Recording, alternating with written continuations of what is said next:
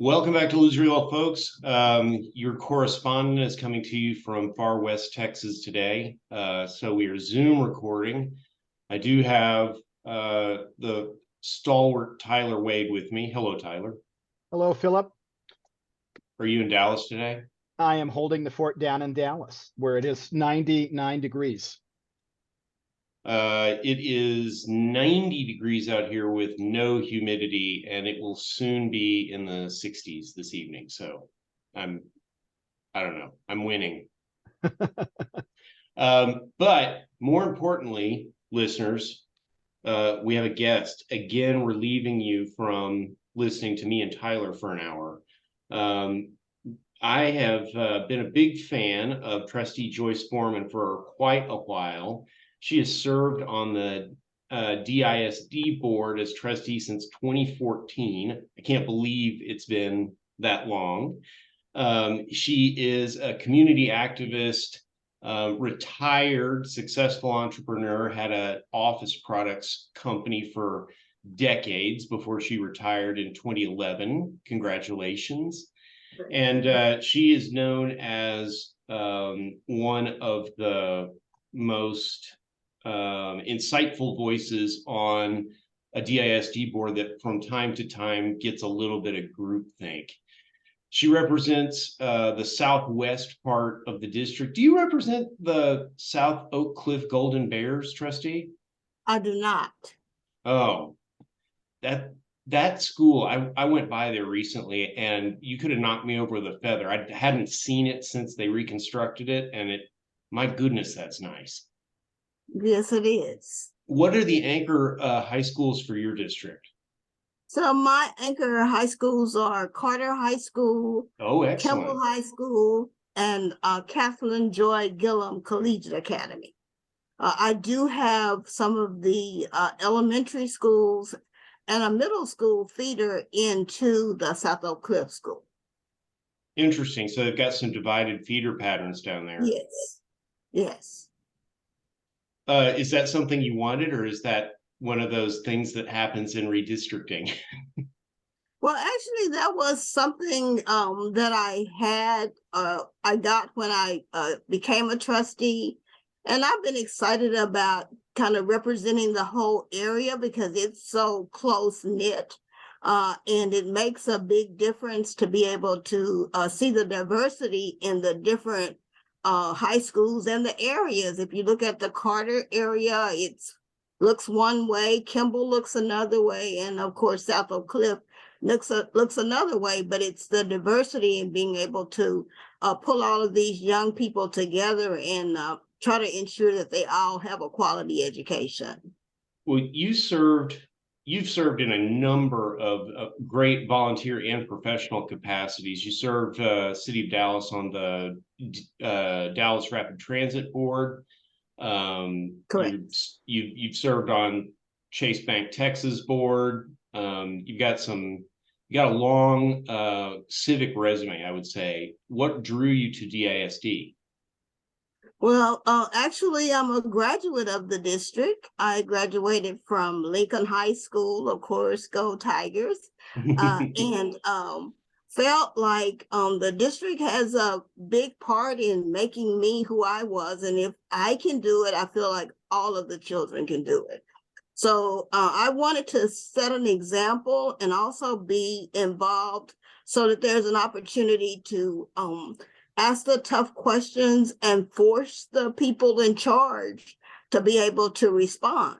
And through that process, I found that my activism has played a very important role in making a difference as a trustee because I'm not attached to anyone, and I am free to be able to ask the tough questions and expect the answers that we need to ensure that all 147,000 students have a good quality education. Mm-hmm. Well, you stayed true to Dallas for a lot of your education, went all the way through your bachelor's degree at Paul Quinn. And then I didn't know this about you. You got a doctorate of divinity. Yes. When did you get that? Did you get that immediately after you finished your? No, actually, it was last year.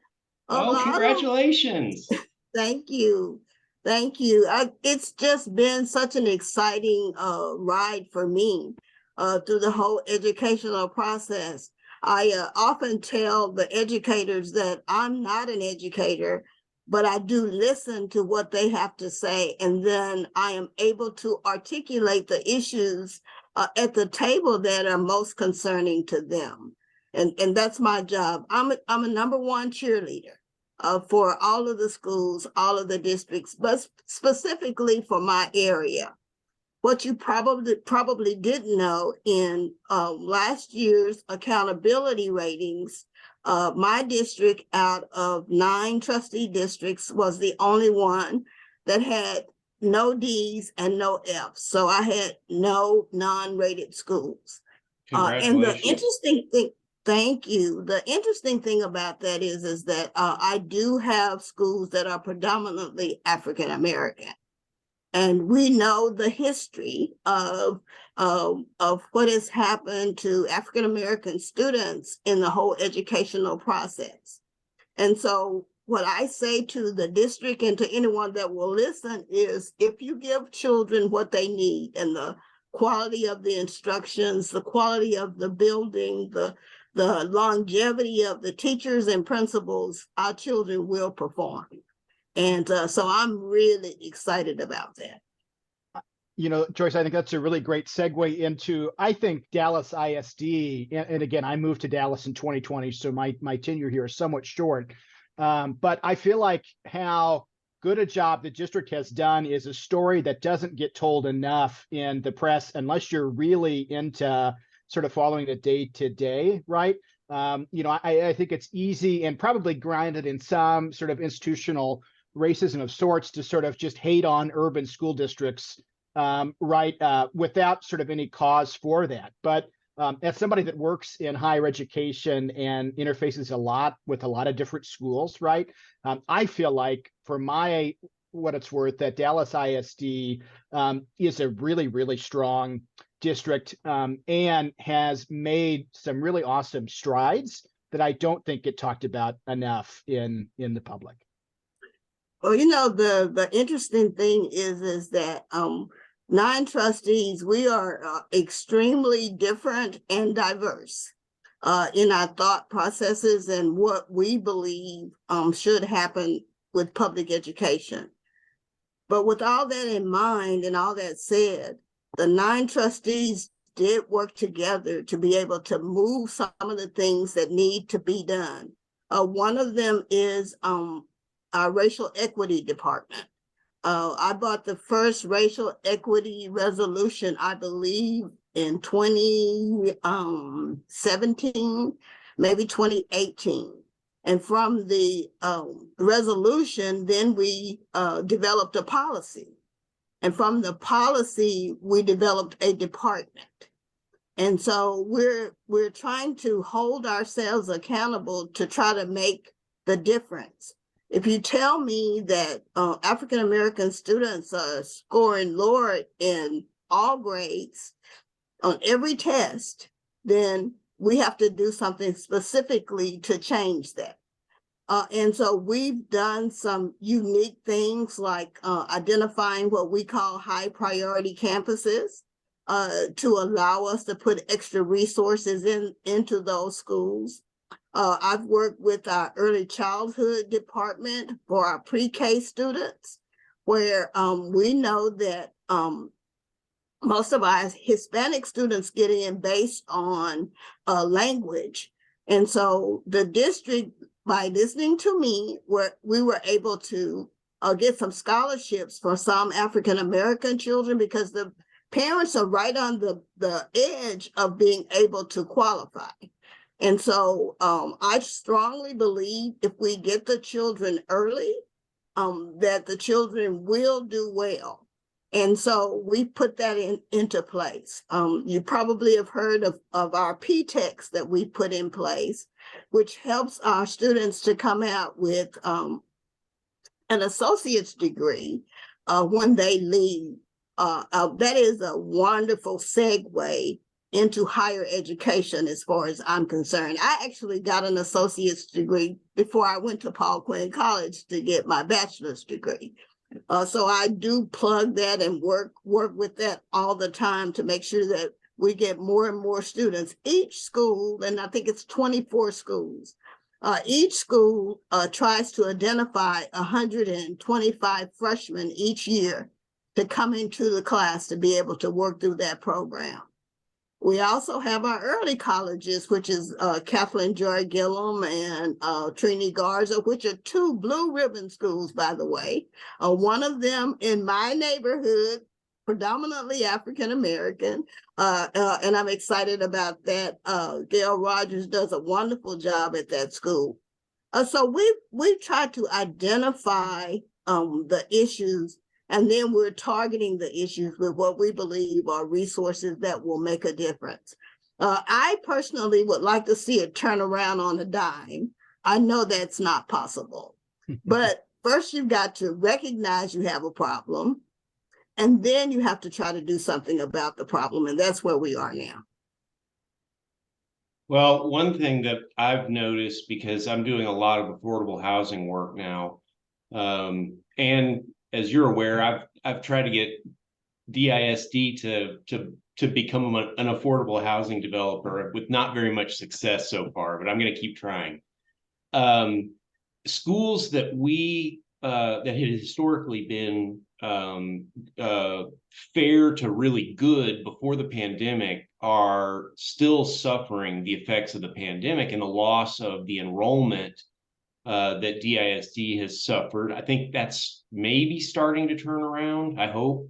And so like there's a really good elementary school in my neighborhood, and I'm trying to get a project qualified for low-income housing tax credits to be able to do a mixed income project. And one of the things that the state grades you on is how good is the school where these children who are living in the affordable housing are going to go. And the school that had been so good, the last year suffered a downturn in its accountability rating. And I'm hopeful that this year they just bounce right back, but I don't have any idea, and I've got to explain it to the state. What are you seeing? How have you all dealt with that? What are you seeing in terms of the effect on your budget, the effect on the ability to deploy the bond funds that the voters passed? How have you handled that? Well, you made a true statement. One of the things that we have seen is that during COVID and after COVID, we've really seen a decline in education. But what we've also seen is an uptick in mental health concerns. So the district has done, in my opinion, a good job of identifying the problems and trying to rectify them. It is not something that will happen overnight. We have now, with the board approving clinicians in every school, so psychologists, sociologists, in every school, so that there is an opportunity to try to work through some of these issues with our students. We have what we call reset centers to kind of mitigate some of the issues that kids have with fighting and those kinds of things, trying to figure out how do we best resolve that. We know that it's going to take some time to turn it around. So we've also done something different in terms of the school alignment. We had at one point was aligning schools where we'd have all the high schools together, all the middle schools together, all the elementary schools. So we're going back to old traditional vertical alignment, where you have the high school, the middle schools, and the elementary schools in the neighborhood, trying to get them to work together to try to move those neighborhood schools along. There's no question about my commitment to neighborhood schools. I think everybody knows that I am proud of all of the other opportunities, because we do have to offer choice, but I'm firmly committed to neighborhood schools and trying to enhance those neighborhood schools as best we can. You Well, I talked think a little bit of. go Go ahead. ahead. I'm sorry. I didn't mean to interrupt No, you. no, go ahead, and then I'll Well, throw I this in mean, there. I think the discussion about choice schools, at least among people in my neighborhood, choice schools are often thought of as this panacea that is the way to fix public education. And in my mind, they can't ever scale to the full district. We've had great success with mixed income schools where half the school is economically disadvantaged and half the school is middle class. But as you and I have discussed before, you quickly run out of middle class kids to spread around, And if the district can't educate economically disadvantaged students where they live in their neighborhoods, then there's not much use in having the district. And I think that needs to be the first and foremost priority. And then these choice schools are wonderful for areas where we have extra resources.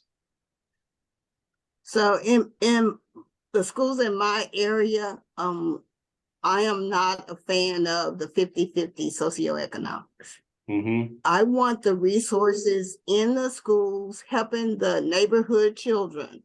A good example of that is that we 2 years ago turned a elementary neighborhood school into a dual language school. Any student in that school is able to take the dual language classes. We did not go out with the 50-50 socioeconomic ratio.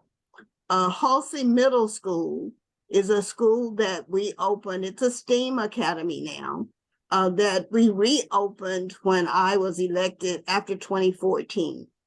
We refused to do the 50-50 socioeconomics and actually did something a little bit different.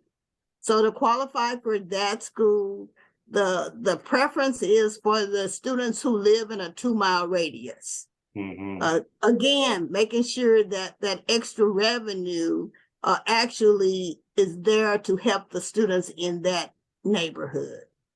Bertie Alexander is a school that we've turned into an art school.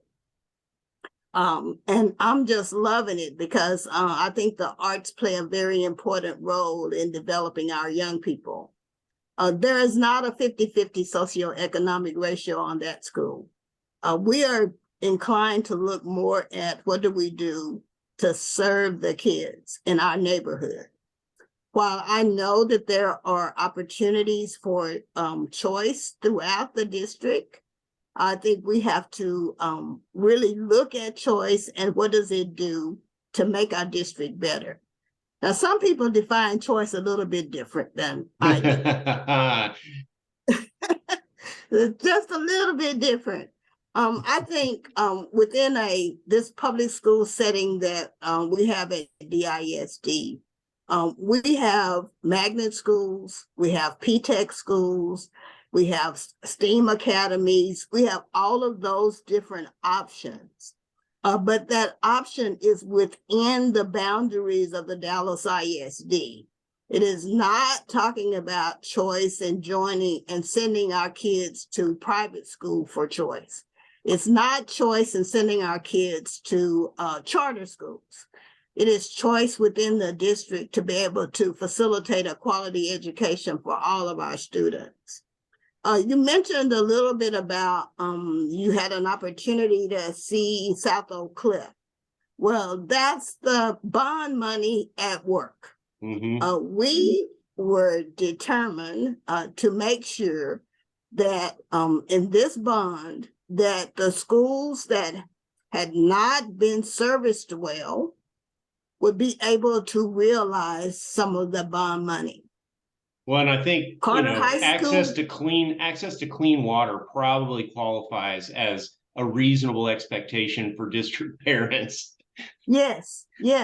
We were not going to just allow the money to be spent in other areas and not be spent in this area. South Oak Cliff looks great on the outside. Carter High School We spent $56 million renovating Carter High School, and we still have more work to do because we've got a second round that we are actually bringing into Carter High School. Kimball High School, we spent about $40 million, but we've also got a second round for Kimball High School. Kathleen Joy Gillum is relatively new, so we did not spend a lot of money on them, but we are determined that the schools that did not get service through the other bonds, they're going to be serviced, and they're going to be serviced well. Again, quality education also has a lot to do with the facilities around you. And we want to make sure that these students have an opportunity to be in good quality facilities. You mentioned sort of the school choice question. When you see, some of your school board colleagues at some of our suburban districts outwardly supporting some of the education savings account or school voucher programs, what do you make of those sorts of decisions that those board members make, or about that sort of conversation in general, as it seems, the governor is determined to bring it up at a special session this fall? Well, my conversations with the state representatives that I have any influence with, along with the state senator, is that we don't need to continue to take money from public school education to send it to other schools. One of the things that has always kind of made me angry is that we call the charter schools choice, but they're not regulated the same way that our public schools are regulated. But you're trying to say we're one and the same. There's no way that the charter schools in my neighborhood can match the education that we're doing in Dallas ISD. That's just not happening. But we're calling that choice. Then when I think about the governor and his relentlessness to put at least $8,000 in a voucher program, who's going to oversee that program? Are the schools going to have the same accountability that the public schools have? Do we realize that $8,000 is not going to pay for a student in a private school for a year? Where do the parents get the other money? There are very few openings in our private schools. So where's all that going to go? It just doesn't make a lot of sense. What makes sense to me is to focus on these students who really need our attention, focus on the teachers so that we can pay the teachers more, so that they will be willing to stay within the district as opposed to revolving in and out of the district. That doesn't serve the students well, that doesn't serve the teachers well, that serves nobody. And so if the governor would just sit down and talk to board members like myself, he would hear a whole different story. Or like he's not known for listening. Well, especially when they had the task force about why teachers are leaving that originally had no teachers on the Absolutely. Absolutely. Yeah. Well, and you guys are getting ready to come into budget time, right? And we just finished a regular session of the legislature in which, our lawmakers were dealing with the $32 billion with the B dollar surplus, right? And put almost invested none of that money into increases in school funding for public schools. Well, and part of that is that the governor's stipulation was he would attach that to a voucher bill. Any increase would be attached to a voucher bill, which nobody wants to hear that. What we want is that those are taxpayer dollars that you have in surplus, and we want to see our teachers pay more. 80% of our budget go to salaries for teachers and others. We have about 20,000 employees, and so we're busting at the seams trying to keep up. We just raised the minimum wage for our hourly employees to $16 an hour. That's not a lot of money, but just remember when we raised that $16 floor, we've got to raise everybody else in there to bring them up. So there's an opportunity for raises for everybody. Our teacher pay, we continue to raise the starting salary for teachers, but just think in terms of the teachers that have been there 3 or 4 years. The starting salary raises every year. They're gonna abut each other. And so that teacher with 3 or 4 years experience is going to be ticked off because I've been here 4 years and you're bringing somebody in making more money than me.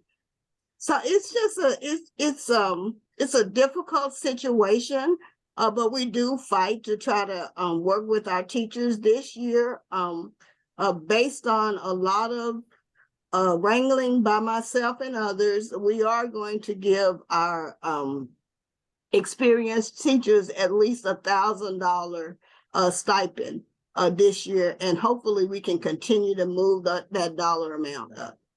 Well, but it's super frustrating when the governor's solution to property taxes is to tell trustees like yourself what your tax rate can be and how much it can go up.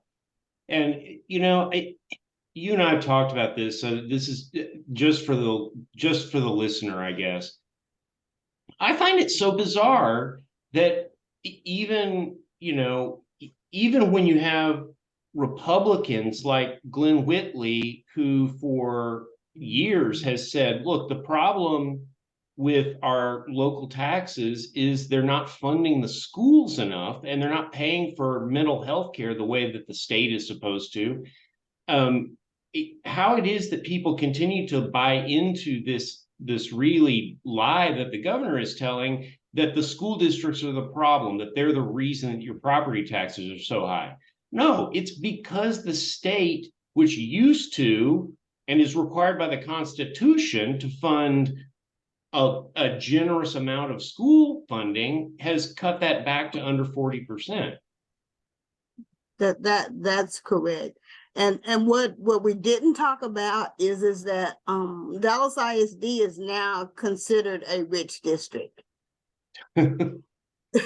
We're 88% poverty level students, but we're considered a rich district.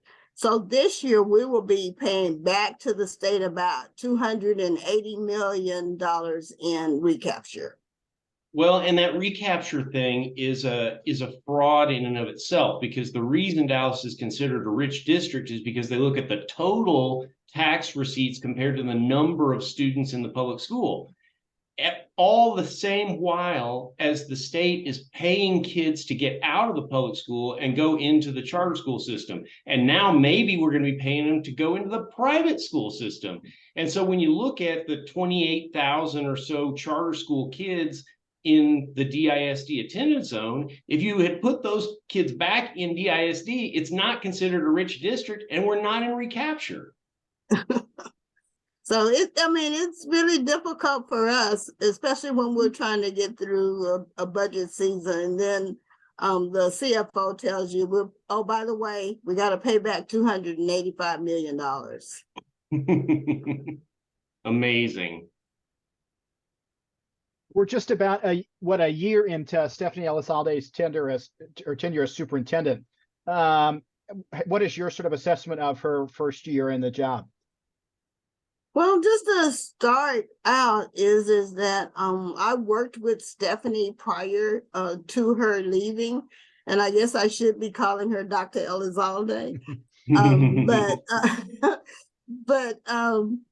So we are familiar with each other and each other's styles, and we actually work well together. I understand my role as a trustee. And there are expectations that I have of the superintendent, and she's been able to help fulfill the things that I think she needs to do. We do have, which I think is really good, trustees do meet with her individually to be able to talk about issues. I really like that, but she does accuse me of being the only trustee that comes in with an agenda. a written agenda. What's wrong with the rest of those people? and the expectations is that she will either be able to answer those questions or she will get back with me on those questions. It's been a difficult time for her. We've had a lot of situations where we're trying to get through all of the issues with COVID and all of the security issues, along with, of course, wanting to make sure that we have a quality education. She does understand a lot of that. We've had lots of talk about African-American students. We've talked a lot about stopping all of the new choice schools. So we've stopped new choice schools for now. We've talked about the realignment that they're going to be doing. We've talked about the allocations of teachers to each school and how we're going to do that. We've talked about high priority campuses and what we're going to do with that. So we have a good working relationship.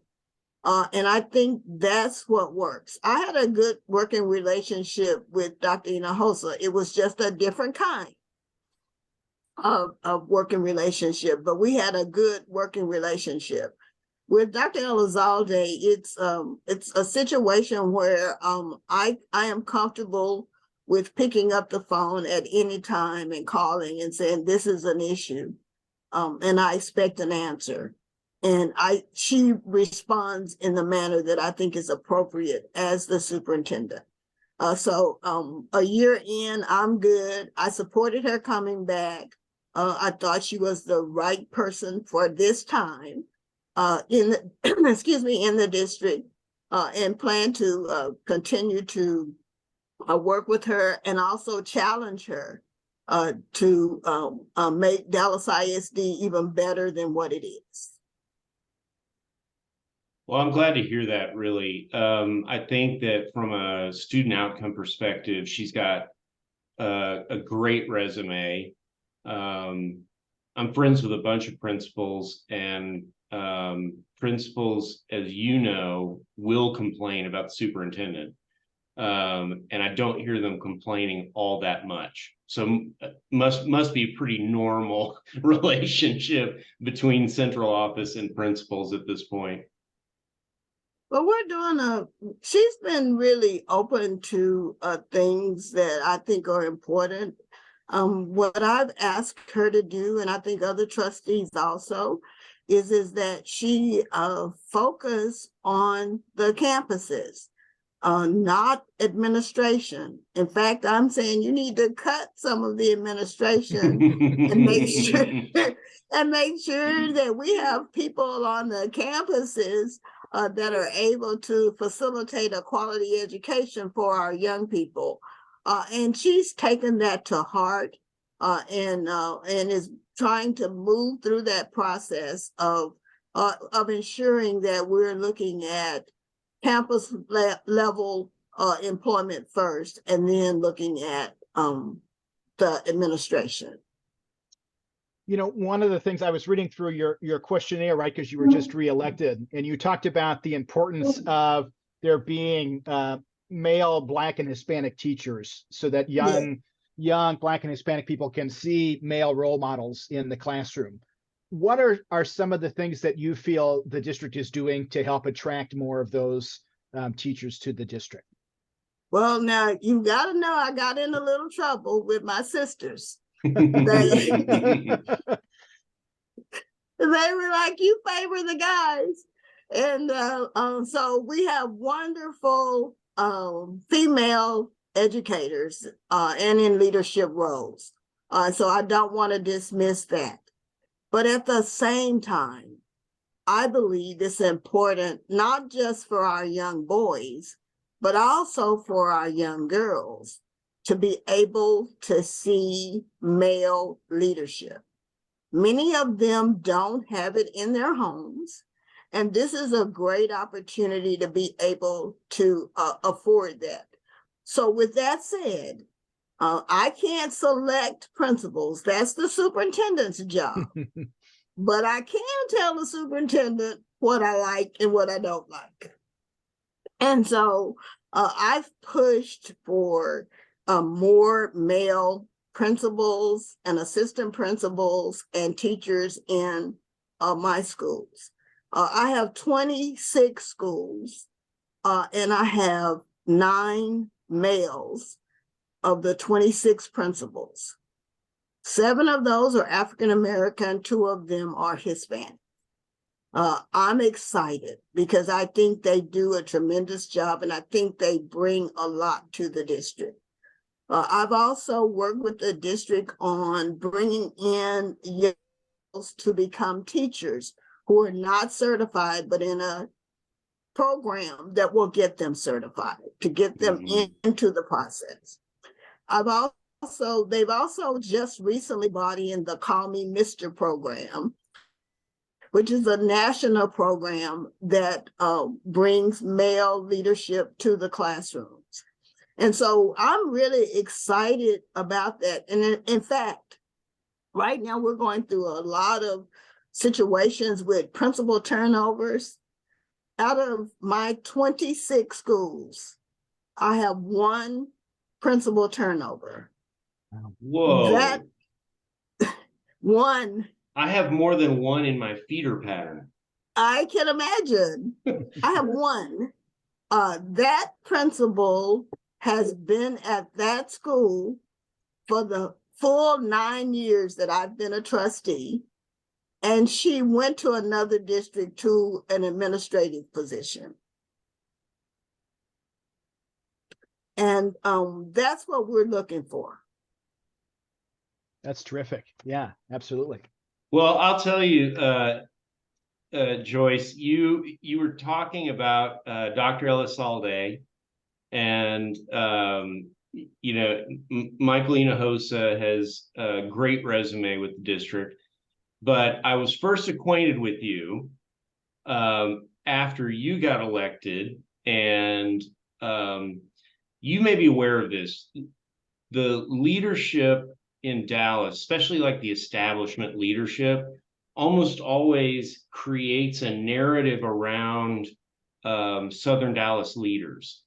Correct. And so the first narrative I was given about you and about Trustee Nuttall was that you were 2 difficult people who were trying to stop the important reforms that Mike Miles was trying to put into place. And that you were unreasonable, and that you were doing things merely to create delay and obstruction and not really for any good purpose.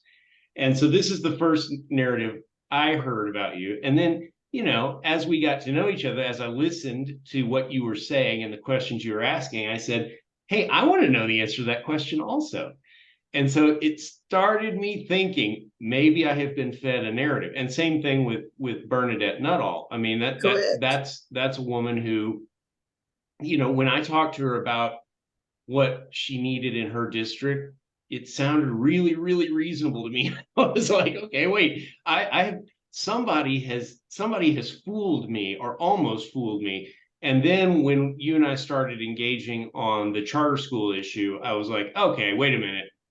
I got fooled by some people with a lot of money, which, you know, I'm middle class dude from East Dallas. I can be excused for getting fooled every now and then, but I thought that was very interesting. And it's interesting to me to see that we've now had 2 successful superintendents who seem to value your input and not describe you as a difficult obstructionist. Well, you know, it's always been when you have a voice, you use your voice, and you're not owned by anyone. That's always been a problem. I like to tell people, my mom said she had 1 child because she couldn't take 2 of me. And I think the reason that she said that is that I've always believed in having a voice. And so my activism gets in the way of some of what the power structure wants. But what they don't tell you is that I served for 5 years on the executive committee of the Greater Dallas Chamber, where there were 12 white guys, CEOs, and me. If you think of FINA, TI, Chase Bank, TXU, Lone Star Gas, those kinds of intelligent men who had no other ethnicity on there, no other female, just me. And they were able to work with me. I think we learned a lot from each other. People like to paint people like Trustee Nuttall and myself in a box as, you know, the crazy Black woman who doesn't know what she wants. That's not the way it is. I'm just an outspoken person, and I don't have a lot of time to deal with foolishness. In this particular case, we're talking about educating young people. And I've been successful. I think I am a role model to help them become successful. And so it was kind of interesting because the business community never has really backed me in my races. So this time they did. Only took It took 9 years. 3 cycles for them to see that something's up there. She's doing something. So I think they now understand the difficulties of trying to be a trustee, trying to figure out who you're gonna team with and who you're not gonna team with, what you're gonna take and what you're not gonna take, and being able to understand your role. I don't work for the superintendent. The superintendent works for me, and I understand my role. I also know when to let the superintendent do their job. Dr. Hinojosa will tell you that. Dr. Elizalde will tell you that. Mike Miles was a little different. But well, and I've been fortunate to be able to interact with some of the Houston ISD's trustees, and I think if you look around the state, the thing that you have to take away from the successes of Houston ISD, San Antonio ISD, Austin ISD, and Dallas ISD, the big central. San Antonio is weird because their bigger districts are in the north. But the central legacy districts, the old urban districts, is that not a one of those 4 has done it the same way, but they've all made strides. Yes, and they have. At the time when the governor's appointed person was saying that Houston ISD's performance was unacceptable, it was virtually identical to DISD's performance. They just did it different. They were B rated. They were B rated. And so I'm like, I don't know. I think that I think the lesson is sort of not very surprising, which is that different communities need different approaches. Absolutely. And so, that's not, I think people who like education and who want to work in education, especially people who are like funders and people who do kind of educational philanthropy, they want there to be these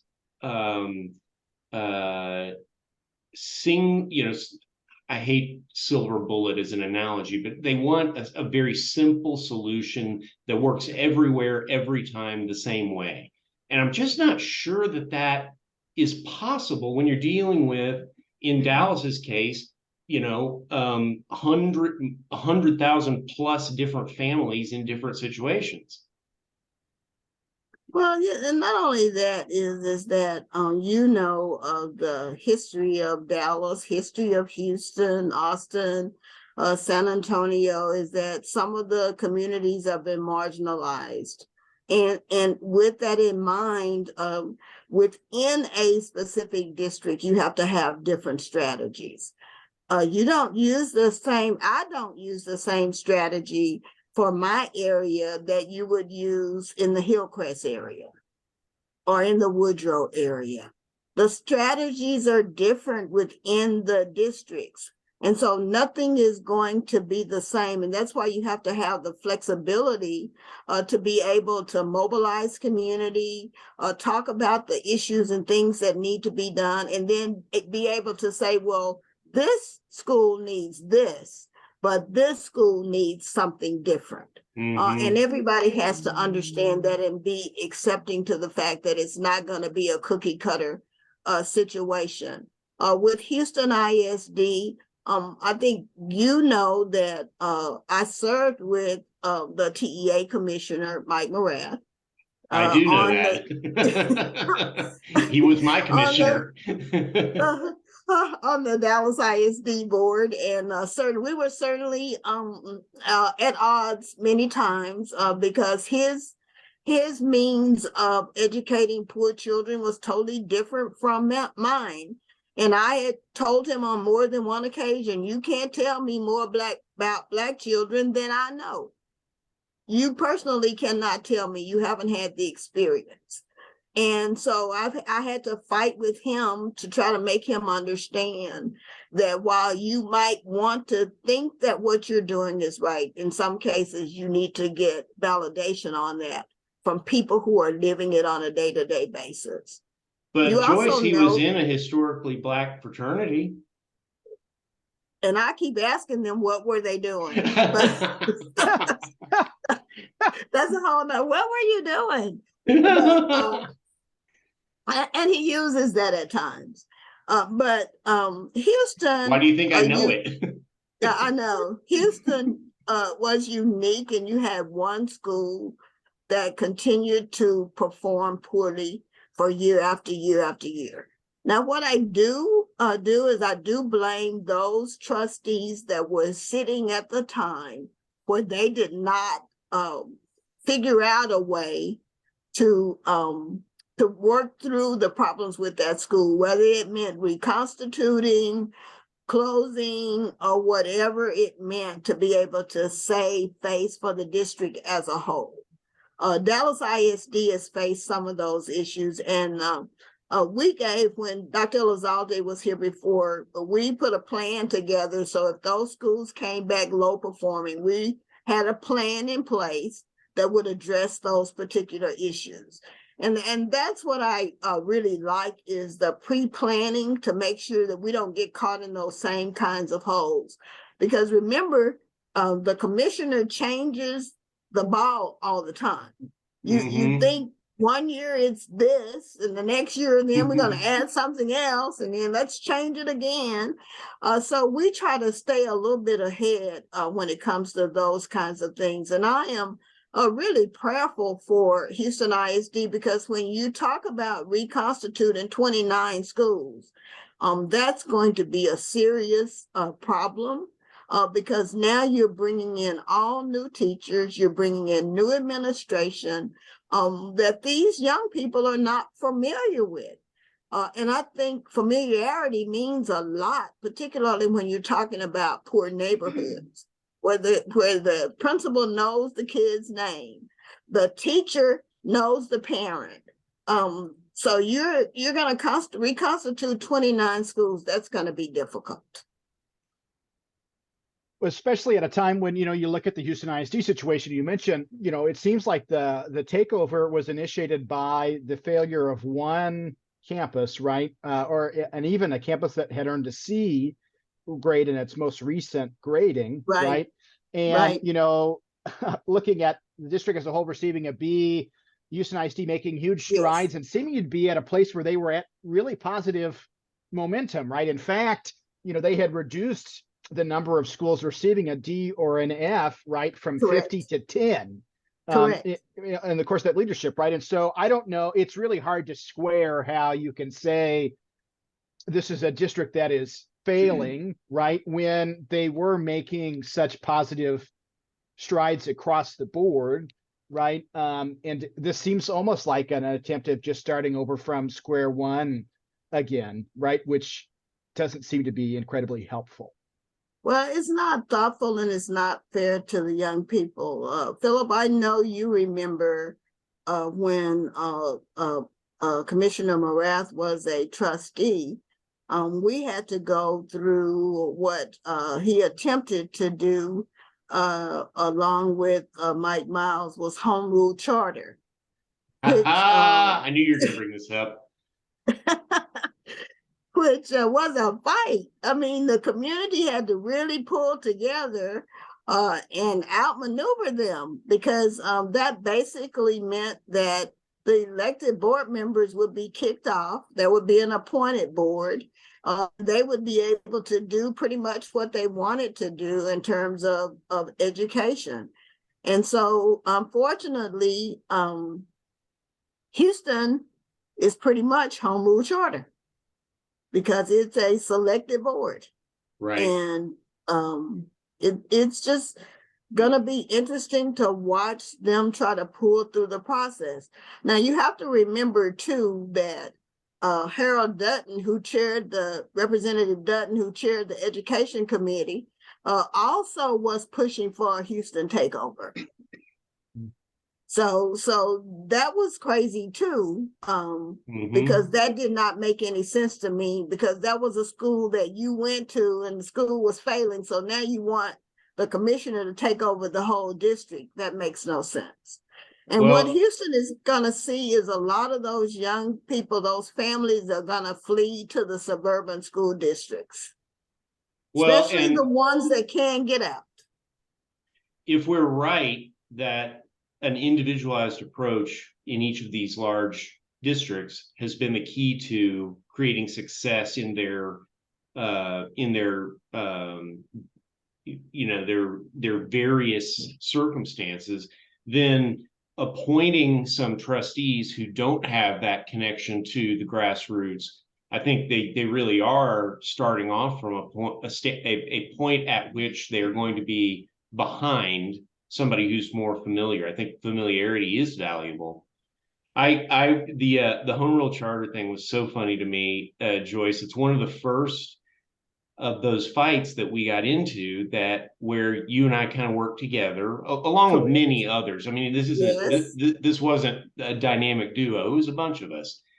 But I do remember exactly how I got involved in it, and it was because Eric Celeste at D Magazine was interviewing me about a different issue. And he was very interested in whether I had read this educational paper that he was interested in. And he forwarded it to me. It was like the American, I forget, it's one of these think tanks that did the big paper on mayoral control of school districts. You remember this paper? I remember hearing about it. Yes. This was before Cory Booker crashed Newark, right? And so it still had like some shine on it. They're like, oh yeah, mayoral takeovers of school districts work really well. And he sent it to me. Honestly, I think he was just thinking that I would read it and give him like honest intellectual feedback. But the minute I saw the first page of the thing, I knew that Mike Rawlings was behind the whole thing. And I was like, oh, hell. Like, this is going to be a fight. Well, excuse me, Rawlings was right in the middle of the fight. Rawlings was very, I don't know if it was anti-public schools, but Rawlings was also closely connected to Todd Williams and the whole charter school initiative. His son was involved in putting together a school. So we were our backs were up against the wall, basically. But what I will say is that when citizens come together on an issue of concern and figure out how to get things accomplished, we had several meetings regarding this home rule charter. They had several meetings, and the citizens just were saying no. And if you remember, Dr. Elizalde was also on the Home Rule Charter Commission. Mm-hmm. I went to a meeting. This is, you can still find press reports of this back in the heart of that, where Mayor Rawlings was going to come explain the idea to Latino leaders in East Dallas. And we all met at a church. And don't ask me how I got in the meeting with the Latino leaders. I don't have any idea. I get in there all the time, so don't worry about it. Yeah, and halfway through the meeting, he got up and left in a huff, like with people still wanting to ask him questions. And I was like, I think we're winning. Yes. Yeah, it was an interesting situation, and I just why I related to Houston with the board that's been selected by Morat. It's gonna be rubber stamp, and hopefully that community can find the fortitude to fight for quality education for all of the students, and make sure that they're not just decimated by this whole piece. Dallas ISD still suffers from some of the ills of Mike Miles in terms of programs that he put in that he thought were basically the best programs for us. And part of that is the teacher pay system that I've done everything I could. I've stood on top of my head trying to get it changed. But what has happened is that every year they tweak it because I'm screaming about it. They tweak it every single year, every year. Well, and I'll tell you that the Houston trustees that I know think that the real reason for the takeover is that they refuse to implement a version of the TEI. That's probably true. To your point about the community sort of standing up for, what they want the future of their school district to look like, I think it's easy for parents to understand what their role is in supporting, right, DISD. But for folks who don't have children within the school district, what are ways in which the community can be most helpful to DISD? So I want to put this disclaimer out there. I have no children, but I have 147,000 children, if that means anything. I think the important thing for people, whether they have children in the district or they don't have children, whether they're business owners, is to understand the quality of public education. And if you go back and look at many people who have been successful, they've come from our public education system. So the fight has to start with, how do we get these children to have the same opportunity that I had? And once you can get that in your head, then you understand that every little thing that you do, every step that you make toward ensuring public education is important, then you get to change that. And that could be serving on the SBDMs, the site-based decision-making committee. That could be serving on the school health committee. That could be serving on the racial equity committee. With that kind of input, you say that collectively, become engrossed in what public education really means once you get an opportunity to see the change. I said earlier, I have no children, but the voters sent me back 3-1 over my opponent. And so that is the key is that you have to be visible, vocal, active, and ready to do what's necessary to make sure that these children get the same quality education. If that makes sense. It makes sense. And that's just fabulous. we've done a solid hour. Our listeners are going to love this. If you got any capstone, Dr. Foreman, then the floor is yours. So I guess I would just like to end with, first of all, Philip, you know how I feel about you and Melissa. I was able to call on you guys to come to board meetings when I thought I needed you. You were a stalwart in trying to stop some of the bleeding when it came to charter schools in my neighborhood who were undereducating our children. You have helped me in more ways than you'll ever know. And so That is so sweet. Well, the relationship is solid. And I just want people to clearly understand that we have to stay together, not based on race, not based on gender, but based on what's right for children. So we've got to stay together to make sure that this public education system works. And that's where most of our children are. They're not in private schools.